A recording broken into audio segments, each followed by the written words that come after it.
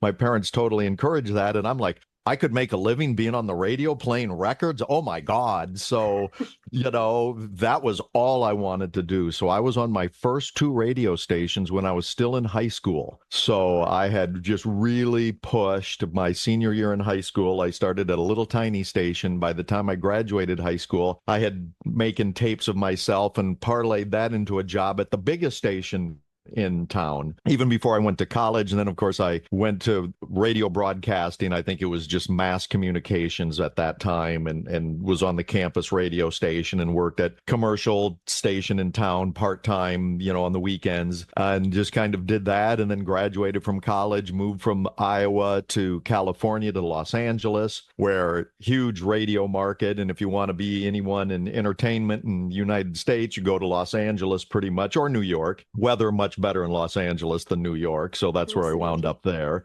And the beaches are a lot better. So I did that for, so around 2000, the year I turned 40, because I'd been in radio. It's not a healthy lifestyle, like being a rock and roll DJ, top 40 DJ.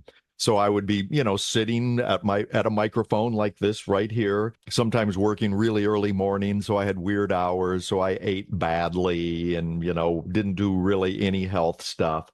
So I was getting overweight. I was about 30 pounds overweight by the time I turned 40. And through my wife's radio station, because she's also in radio, and that's how I met her, they were offering 2-for-1 gym memberships for like the new year, for the first of the year when everybody makes their resolutions to, get in shape. And she's like, you kind of talked about needing to get in shape. Should we do it? And I said, sure. So we went into the gym and we signed up. And then the turning point was the guy that from the gym said, do you know anything about, exercise and training and how to use the machines and stuff? And I said, no, not really. And he said, well, you'll just kind of copy what other people do. You'll see them do something, so you'll do something. You don't have a plan. You won't really see any results, and you'll stop coming after 3 months or something like that. So we really suggest you hire a personal trainer. And I said, makes sense. They didn't push for a big package and try to, get a ton of money out of me. But they said, even just do like a 5-pack of sessions,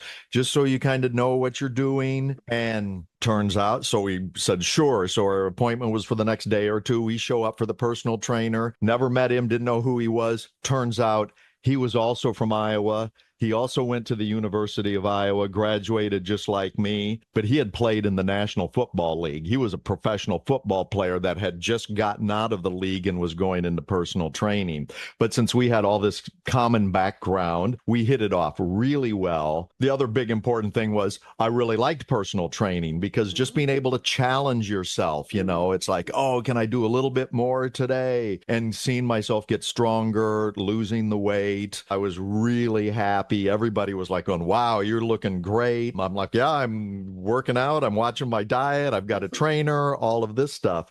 So I did that for a few years and things were going great. And then the trainer moved a little ways away, not horribly far, but I stopped seeing him. Thought, oh, I'll just do this on my own. I know what's going on. But I didn't have the accountability. So I would go to the gym less and less, started eating worse and worse again. Ended up gaining all the weight back and even a little more. I'm like 40 pounds overweight. This is like 10 or more years later. And so now I'm in my early 50s. So, of course, your metabolism slows down and your body's changing. And like, uh-oh, I got really mad at myself. I saw some pictures of myself and I'm like, I got to get back in shape. It was so good earlier and I let it all get away.